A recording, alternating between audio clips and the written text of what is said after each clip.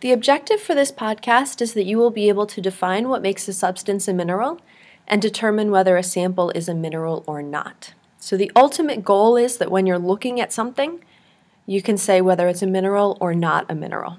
And if it's not a mineral, say why. Please take notes as you watch the podcast, and if you have questions you want me to answer in class tomorrow, either make a note of them in the margin or put them right in your notes.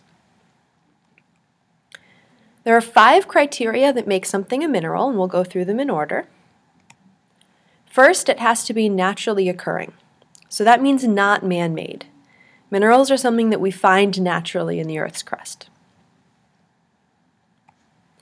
It needs to be solid within the temperature ranges at Earth's surface. So between the coldest temperatures in Antarctica and the warmest temperatures at the equator, a mineral needs to be solid for part of that range. It needs to have an orderly crystalline structure. What that means is the atoms are arranged in an organized, orderly pattern with bonds between them. An example of this is graphite and diamond. Both of them are minerals. And both of them are made of 100% carbon. But one, diamond, is rare, and one, graphite, is a lot more common.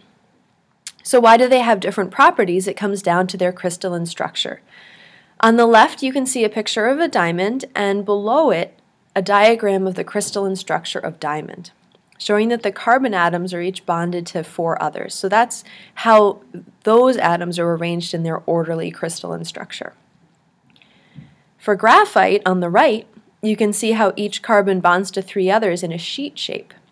That's also an orderly crystalline structure, but it's a different one. So because of the way the atoms are bonded together in this crystalline structure, graphite and diamond are going to have very different properties.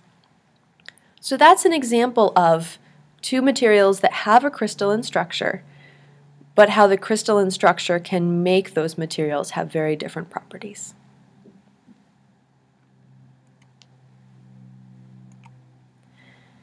Second to last, a mineral has a definite chemical composition. Some minerals are elements, but most minerals are compounds, which means they're made of 1 or more elements. Each mineral has its own chemical formula. So for example, quartz is SiO2, which means for every 2 oxygens, there's 1 silicon. So if you pick up any sample of quartz, it's going to be made of those elements in those proportions. And finally, a mineral is inorganic. That means it's not from a living source.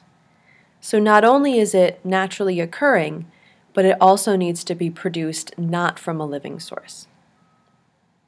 Okay, so let's practice. For each of these, there are going to be 6 examples. I want you to determine if it's a mineral or not. And please write this down in your notes because we're going to start tomorrow's class by going over it. If it's not a mineral, say why it's not a mineral. First example, ice cubes. Mineral or not?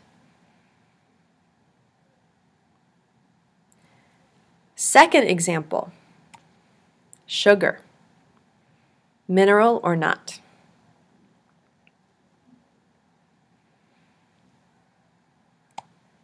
Third example, jawbone.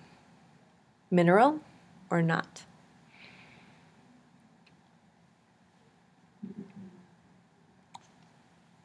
Fourth example, snowflake. Mineral or not?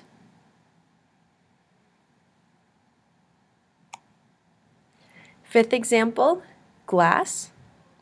Mineral or not? And finally, platinum. Mineral or not? Okay, I'll see you tomorrow.